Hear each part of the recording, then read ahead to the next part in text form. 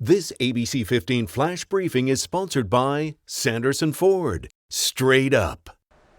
I'm Katie Rammel with your top stories from ABC15 Arizona. Some much needed rain finally arriving at the site of the flag fire in Mojave County. The rain clouds spotted this afternoon over the blaze, which is just outside of Kingman. Evacuations were still in order as of 6 o'clock tonight. The flag fire devouring more than 1,400 acres since it sparked Sunday afternoon. It is not at all contained at this point, and it's not clear what sparked the fire. Turning now to the very latest with COVID-19 in Arizona. We're starting off the week with 750 new cases, but no new deaths. Nearly 40% of all Arizonans have now received at least one dose of a vaccine.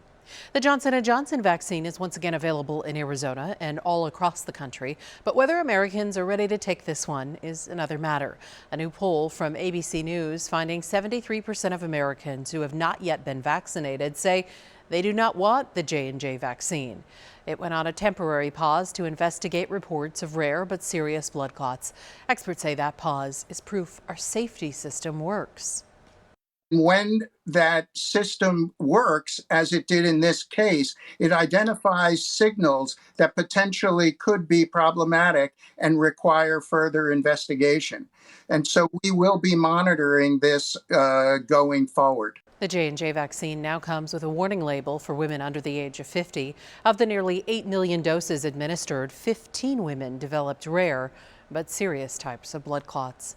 The family of a Phoenix man who died in police custody is now asking Phoenix City Council to support criminally charging and firing the officers involved. Police were called on 43-year-old Mohammed Muhaimin in 2017 after he tried to take his dog into a public restroom. Things got physical, though, when officers arrested him for an outstanding warrant.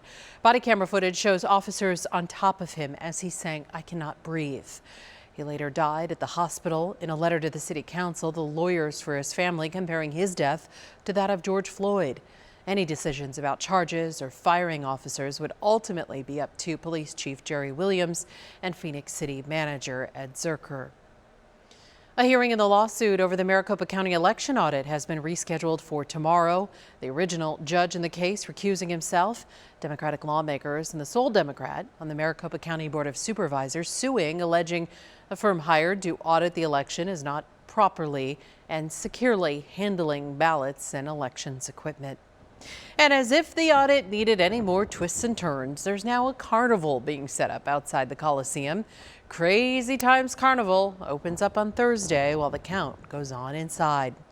2020 census data is in, and with it, a surprise. Arizona has missed picking up a 10th congressional district by about 90,000 people. So what does this mean? It could mean less money coming back to Arizona. Arizona Democratic Congressman Ruben Gallego, who co-sponsored a bill to allow the census more time to count, says a politicized census combined with an inefficient effort by the state contributed to an undercount in Arizona's Hispanic and Native American communities. It's not just a congressional district. We're going to lose billions of dollars of taxpayer money that we are going to be sending to D.C. and not getting back when it comes to roads, bridges, hospitals, whatever you name it. So this is a big mistake. I also have to lay some of this blame at Governor Ducey's desk. They did not organize themselves well enough. They did not run an efficient census. He also did not push back on the president when the president tried to politicize the census. And because of that, I think we're all going to suffer for it.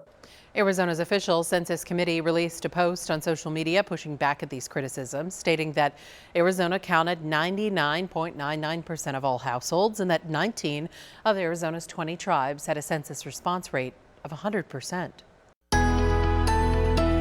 I'm Chief Meteorologist Amber Sellens, and we've got a storm coming in tonight. We're tracking rain, snow, and of course those high winds that we've been dealing with across the state throughout the day today. As we head into the late night forecast, showers will start here in the valley, and we're looking at about 1/10 to 1/4 of an inch of rain between about 11 p.m. and 6 a.m. tomorrow. As far as snow goes, up north, that snow level is going to drop to 6,000 feet, and we could see about 1 to 4 inches of it above 6,000 feet in elevation along the rim, including in Flagstaff. So there's our storm digging down over the next 24 hours or so. Then it exits out of here here, and we are going to start to warm up fast as high pressure builds in heading into the weekend. We're now tracking our first triple digits of the year. So here's your 7-day forecast. Enjoy these 70s while they are here. Tomorrow a little bit lower, even at 73, but mid-80s by Wednesday, mid-90s by Thursday, and then we're looking at our first 100s either Friday or Saturday here in Phoenix before temperatures start to drop again.